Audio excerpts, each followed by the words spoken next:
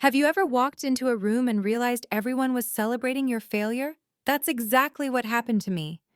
I came back from lunch one Thursday afternoon, and there it was. A banner hanging in the break room that read, "We'll miss you," balloons everywhere, a cake on the table, and my entire team standing around, glasses raised, toasting to my departure. The only problem? I hadn't quit. I hadn't been fired. I was still working there, and they were throwing my goodbye party while I was literally still on the payroll. At first, I thought it was a joke, some kind of prank. But when I saw the look on their faces, the relief, the joy, the satisfaction, I realized the truth. They wanted me gone so badly that they had decided to celebrate before it even happened. They were that confident I would leave, that certain I had no power. They were wrong. My name is Marcus. I'm 36 years old, and for the past 7 years I worked at Meridian Financial Group, a mid-sized investment firm specializing in wealth management. I started as a junior analyst and worked my way up to senior portfolio manager. I managed high-net-worth clients, closed million-dollar deals, and consistently brought in more revenue than anyone else in my division. But success doesn't always earn you friends. Sometimes it earns you enemies. For months I had been feeling the tension, the cold shoulders in meetings, the whispered conversations that stopped when I walked by, the sudden exclusion from important decisions. I knew something was wrong, but I didn't know what. I thought maybe I was being paranoid, maybe I was imagining things. But that day, the day I walked into my own goodbye party, I realized I wasn't imagining anything. They had been planning this, plotting, waiting for the perfect moment to push me out.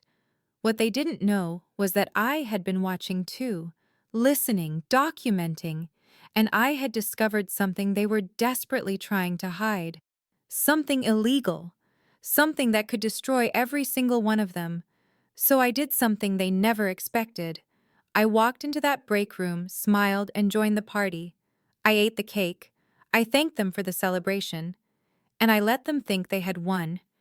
Because I knew something they didn't. In exactly 2 weeks, their entire world was going to collapse. And I was going to be the one holding the match. This is the story of how I turned their premature celebration into their biggest regret. This is the story of how I exposed what they were hiding, and this is the story of how I got the last laugh. Let me take you back to the beginning. When I first joined Meridian Financial Group 7 years ago, I was hungry and ambitious. I had just earned my MBA and was determined to make a name for myself in the finance world. Meridian wasn't a Wall Street giant, but it had a solid reputation and a loyal client base. The company was run by 3 senior partners: Vincent Crane, the CEO and majority shareholder, Natalie Rossi, the CFO, and Graham Locke, the head of client relations. These 3 controlled everything. They made all the major decisions, handled the biggest clients, and determined who got promoted and who got pushed out. For the first few years, I kept my head down and worked hard. I took on difficult clients nobody else wanted. I stayed late analyzing market trends.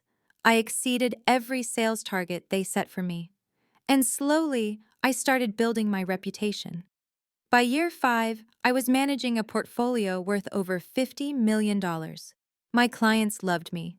My performance reviews were flawless, and I was earning the company more money than most of the senior advisors. But that's when things started to change, because success in corporate America doesn't always lead to promotion. Sometimes it leads to resentment. Vincent Crane started calling me into his office more frequently. At first, I thought it was because he was impressed, but the meetings weren't about praise, they were about control. He would question my strategies, second-guess my decisions, and micromanage every aspect of my work. Natalie Rossi started auditing my accounts, claiming it was routine compliance. But it wasn't routine. She was looking for mistakes, searching for any reason to write me up or discredit my results. And Graham Locke? He started reassigning my best clients to other advisors. He'd say things like, We need to balance the workload, or this client would be better served by someone with more experience. But I knew the truth. They were stripping away my success piece by piece. I couldn't figure out why. I had done everything right. I had played by the rules. I had made them money. So why were they targeting me? Then, about 4 months ago, I overheard a conversation I wasn't supposed to hear. I was working late one evening, and Vincent's office door was slightly open. I heard voices: Vincent, Natalie, and Graham talking in low, urgent tones. "Marcus is becoming a problem," Vincent said. "His clients trust him more than they trust us. If he ever decides to leave and take them with him, we're finished." "So what do?" Natalie asked. "We push him out," Vincent said, "but we do it carefully. We make his life here miserable until he quits on his own. That way we avoid a wrongful termination lawsuit and we keep his clients." Graham laughed.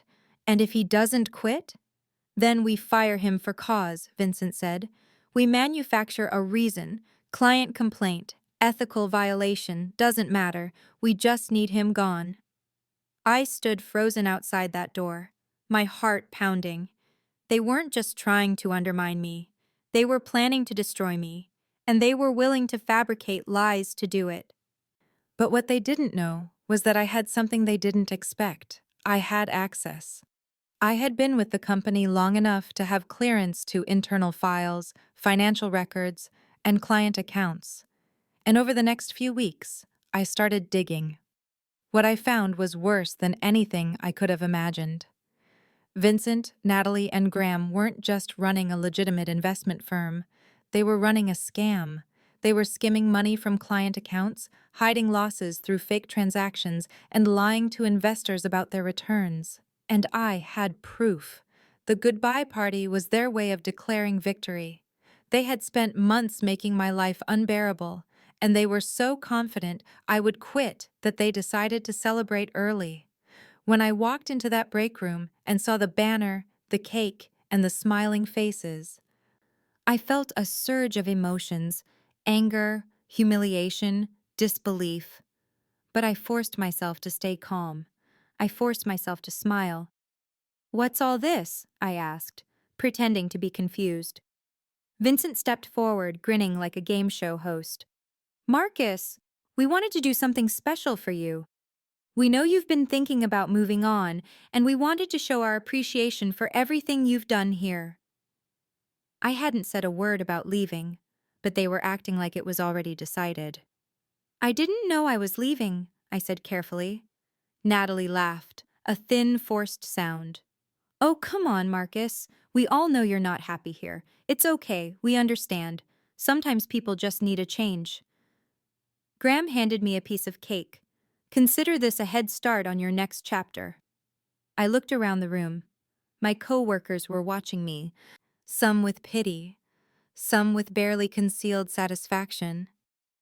They all believed I was done, finished, and they were ready to move on without me. But I wasn't done, not even close. "Well," I said, raising my glass, "if this is a goodbye party, I guess I should enjoy it. Thank you all so much." I ate the cake, I made small talk, I played along, and the entire time I was thinking about the evidence sitting on my encrypted drive at home, evidence that could destroy every single person in that room. After the party ended, I went back to my desk and opened my email. There was a message from Vincent sent earlier that morning. The subject line read, "Transition Plan." I opened it. It was a formal letter outlining my voluntary resignation, effective in 2 weeks. They had already written it. They had already decided I was leaving. All they needed was my signature. At the bottom of the email, Vincent had written, "Marcus, we think this is the best path forward for everyone. Please review and sign by end of week." They weren't even pretending anymore. They were forcing me out, and they expected me to go quietly. I stared at that email for a long time, and then I made a decision. I wasn't going to sign. I wasn't going to resign. And I wasn't going to let them get away with what they had done. Instead, I was going to expose them. I was going to take everything I had learned. The fraud, the embezzlement, the lies. And I was going to make sure the world knew the truth. But I needed to be strategic. I couldn't just march into Vincent's office and accuse them. They would deny everything, discredit me, and fire me on the spot. I needed allies. I needed leverage. And I needed a plan. So I reached out to someone I trusted, a former colleague named Elena, who had left Meridian 2 years earlier under suspicious circumstances. She had always hinted that something wasn't right at the company, but she never elaborated. I sent her a message, "We need to talk." She responded within an hour, "I've been waiting for someone to finally ask." We met that weekend at a coffee shop far from the office. Elena told me her story. She had discovered the same fraud I had. She had tried to report it to the board of directors, but Vincent found out and forced her to resign with a non-disclosure agreement and a severance package to keep her quiet. "I've regretted staying silent ever since," she said. "If you're planning to expose them, I'll help."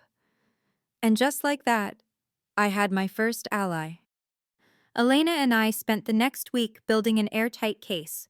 She provided me with documents she had kept, financial records, emails, and internal memos that proved the fraud had been going on for years.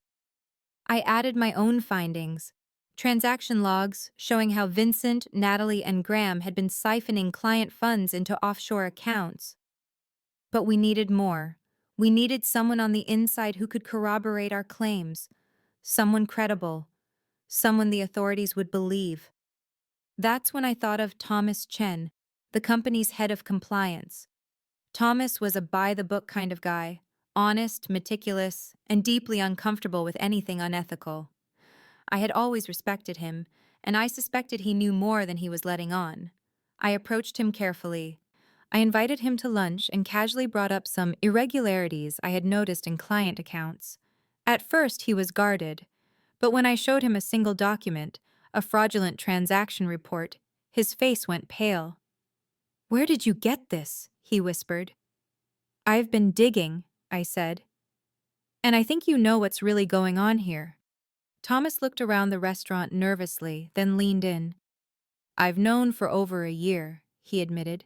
"I tried to raise concerns with Vincent, but he shut me down. He told me if I pushed the issue, I'd be fired. I have a family, Marcus. I couldn't afford to lose my job." "I understand," I said. "But we can stop them. We can expose this, and we can do it in a way that protects you." Thomas hesitated, then nodded. "What do you need?" Over the next few days, Thomas secretly provided us with compliance reports, audit records, and internal communications that proved Vincent, Natalie, and Graham had been actively covering up the fraud. He also confirmed that several board members were aware of the scheme but had been paid off to stay silent. With Thomas's help, we now had everything we needed: documents, witnesses, and a clear paper trail linking the senior partners to millions of dollars in embezzled funds. But I didn't go to the authorities. Not yet. Because I wanted something more than justice. I wanted them to feel what I felt. I wanted them to know what it was like to be humiliated in front of everyone. I wanted them to watch their perfect world collapse in real time. So I did something bold. I scheduled a company-wide meeting. I told Vincent's assistant that I had an important presentation about new growth opportunities and requested 30 minutes on the agenda. She checked with Vincent, and to my surprise, he approved it. He probably thought I was going to announce my resignation. He probably thought I was going to make it easy for him. He was wrong. The meeting was scheduled for the following Friday, exactly 2 weeks after the goodbye party. I spent every evening preparing. I built a presentation that outlined the fraud in clear, undeniable terms. I included charts showing the missing funds. I included screenshots of emails where Vincent, Natalie, and Graham discussed how to hide the losses. I included testimony from Elena and Thomas. And on the final slide, I included contact information for the SEC and the FBI, along with a note that read, "This presentation has been forwarded to federal authorities." Elena and Thomas agreed to attend the meeting remotely as witnesses. We also contacted a business journalist named Rachel Ford, who had covered financial crimes for years. I sent her an advance copy of the presentation and asked if she wanted to attend. She said yes immediately. Everything was in place. The trap was set, and in less than a week, Vincent, Natalie, and Graham would walk into that conference room thinking they had won, only to realize they had lost everything. Friday morning arrived. I walked into the office early, dressed in my best suit, carrying my laptop and a calm determination I hadn't felt in months. The conference room was already being set up for the company-wide meeting. People were filing in, grabbing coffee, chatting casually. Vincent, Natalie, and Graham sat at the front of the room, looking relaxed and confident. Vincent even gave me a nod as I walked in, as if to say, "Let's get this over with." I connected my laptop to the projector, opened my presentation, and waited for everyone to settle in. Rachel Ford, the journalist, slipped into the back of the room with a notebook and a recording device. Nobody paid attention to her. Vincent stood up and addressed the room. "All right, everyone. Marcus has asked for some time to share a few thoughts with us. Let's give him our full attention." He gestured toward me with a patronizing smile. I stood up, walked to the front, and took a deep breath. "Thank you, Vincent. I appreciate the opportunity to speak today. Over the past few weeks, I've been doing a lot of thinking about this company, about integrity, and about what really matters in business." People nodded politely. Some checked their phones. "And I realized something," I continued. "Meridian Financial Group has built its reputation on trust. Our clients trust us with their money, their futures, and their dreams. And that trust is sacred." Vincent shifted in his seat, clearly impatient. "But what happens," I said, "when that trust is betrayed?" I clicked to the first slide. It showed a simple title: "The Truth About Meridian Financial Group." The room went quiet. Vincent's smile faded. Natalie sat up straight. Graham's face went pale. I clicked to the next slide. It was a chart showing millions of dollars in missing client funds. Over the past 3 years, senior leadership at this company has systematically embezzled client money through fake transactions, offshore accounts, and falsified financial statements. Gasps filled the room. People started whispering. Vincent stood up. "Marcus, this is completely inappropriate." "Sit down, Vincent," I said calmly. "You'll have your chance to explain." He hesitated, then sat back down, his jaw clenched. I clicked through slide after slide, each one more damning than the last. I showed emails where Vincent instructed Natalie to hide losses. I showed transaction records where Graham funneled client money into offshore accounts. I showed compliance reports that Thomas had filed, reports that were ignored and buried. And then I played a recorded call. It was a conversation between Vincent and Natalie, discussing how to cover up a client complaint about missing funds. Vincent's voice was unmistakable. "We tell them it was a clerical error. We refund part of it and hope they don't dig deeper." The room was silent. People were staring at Vincent, Natalie, and Graham with shock and disgust. "This isn't just unethical," I said. "It's illegal. And it's been going on for years." Vincent finally exploded. "This is slander. You have no proof.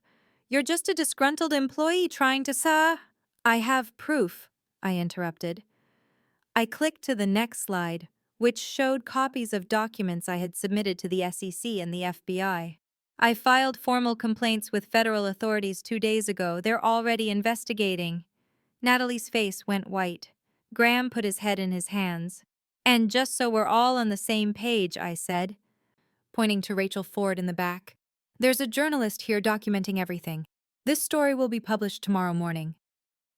Vincent looked like he had been punched in the stomach. He stood up, stumbled toward the door, and left the room without another word. Natalie and Graham followed, their faces blank with shock. The room erupted in conversation. People were pulling out their phones, texting, calling, trying to process what had just happened. I closed my laptop, packed up my things, and walked out. As I passed the break room, I saw the "We'll miss you" banner still hanging on the wall. I smiled. They had thrown me a goodbye party, and I had given them a goodbye they would never forget. The fallout was immediate and catastrophic. Within hours of my presentation, the story broke online. Rachel Ford's article went viral. News outlets picked it up. Social media exploded. Meridian Financial Group was trending for all the wrong reasons. By Monday morning, federal agents had raided the office. Vincent, Natalie, and Graham were arrested and charged with fraud, embezzlement, and securities violations. The company's assets were frozen. Clients started filing lawsuits. And the board of directors, many of whom had been complicit, scrambled to distance themselves from the scandal. As for me, I became the whistleblower who exposed it all. Some people called me a hero, others called me a traitor. But I didn't care. I had done what was right, and I had protected the clients who trusted us. Thomas Chen, the head of compliance, was granted immunity in exchange for his testimony. He kept his job and was eventually promoted to interim CFO as the company tried to rebuild. Elena, my former colleague, was finally vindicated. She had been silenced for years, but now her story was public, and people understood why she had left. And the clients? Most of them were made whole. The federal government seized Vincent's offshore accounts and returned the stolen funds. It wasn't perfect, but it was justice. As for Vincent, Natalie, and Graham, they're awaiting trial. Their legal teams are trying to negotiate plea deals, but the evidence is overwhelming. They're facing decades in prison. I left Meridian shortly after the investigation began. I didn't want to stay in a place with so many bad memories. But I didn't leave the industry. I started my own financial advisory firm, one built on transparency, honesty, and integrity. And you know what? My old clients followed me. They trusted me because I had proven I would fight for them, even when it cost me everything. The goodbye party they threw for me, it turned out to be prophetic. I did leave Meridian, but I left on my terms, with my head held high, and with the satisfaction of knowing I had exposed the truth. So what did I learn from all of this? What would I tell someone facing a similar situation? First, never let anyone celebrate your failure prematurely. When they threw that goodbye party, they thought they had won. They thought I was powerless, but they underestimated me. And that was their biggest mistake. If people are trying to push you out, don't give them the satisfaction. Fight back, stand your ground, and prove them wrong. Second, always document everything. The only reason I was able to expose the fraud was because I had kept records, emails, transaction logs, financial statements. If I had just walked away without evidence, Vincent and his team would still be stealing from clients today. So if you see something wrong, document it, save it, protect it, because one day that evidence might be the only thing standing between justice and corruption. Third, find your allies. I couldn't have done this alone. Elena and Thomas were critical to building the case. They provided credibility, documents, and moral support. If you're fighting a battle against powerful people, find others who have been hurt by the same system. Together you're stronger. Fourth, timing is everything. I didn't confront Vincent the day I discovered the fraud. I waited. I planned. I gathered evidence. And I struck at the perfect moment, in front of the entire company, with a journalist present and with federal authorities already investigating. Strategic revenge is more powerful than emotional revenge. And finally, integrity matters more than comfort. I could have signed that resignation letter. I could have taken a severance package and walked away quietly, but I would have spent the rest of my life knowing I let them get away with it. And that wasn't something I could live with. So I chose the harder path. I chose to expose the truth, even though it meant risking my career, my reputation, and my safety. And you know what? It was worth it. Because at the end of the day, the people who threw me a goodbye party are the ones who are really gone. Vincent, Natalie, and Graham lost everything. their careers, their freedom, their reputations.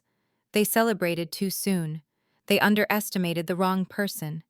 And I'm still here, stronger, wiser, and running a company built on the principles they betrayed. So if you ever find yourself in a situation where people are celebrating your downfall, remember this. Let them celebrate. Let them think they've won. And then, when the time is right, show them what real power looks like. My name is Marcus. They threw me a goodbye party while I was still working there. They cheered my exit before I even left. But I got the last word. And I made sure they would never forget it.